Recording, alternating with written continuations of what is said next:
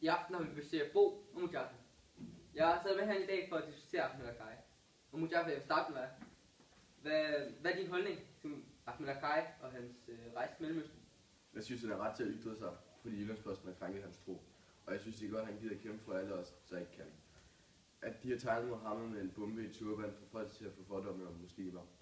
Når folk ser muslimer som mig på gaden, vil jeg ikke have, at de associerer mig med en, der ligner en terrorist. Okay. Men hvad synes du så om hans rejse til Mellemøsten? At han prøver at danne et had til Danmark?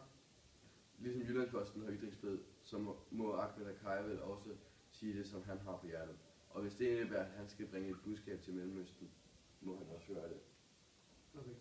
Og Bo, hvad er så din holdning til Ahmed Akkari og hans pludselige holdningsskift efter hans tur til Grønland? Jamen, jeg synes, det er noget dobbeltmoralsk pis, at han har en holdning, og så fordi at grupresset bliver for stort, så skifter han mening. Okay. Og hvad så med hans rejse til Mellemøsten, som man gjorde for at danne et had til Danmark? Jamen, jeg synes, at det er lidt for meget, at han tager nogle billeder med dernede, som egentlig ikke har så meget med det her at gøre, og så for at skal give danskerne dårlig samvittighed over, at de er danskere, og så de skal have et had til Danmark. Okay. Nu siger du, at billederne ikke havde noget med sagen at gøre. Men det havde nogle af dem så. Men de havde taget billeder fra en festival i Frankrig og taget dem med, hvor det var en muslim med der iførte kristtyn og ører. Jeg synes, det var altså nogle af billederne, for eksempel den med, hvor de havde tuban, og så den der bombe oven på hovedet.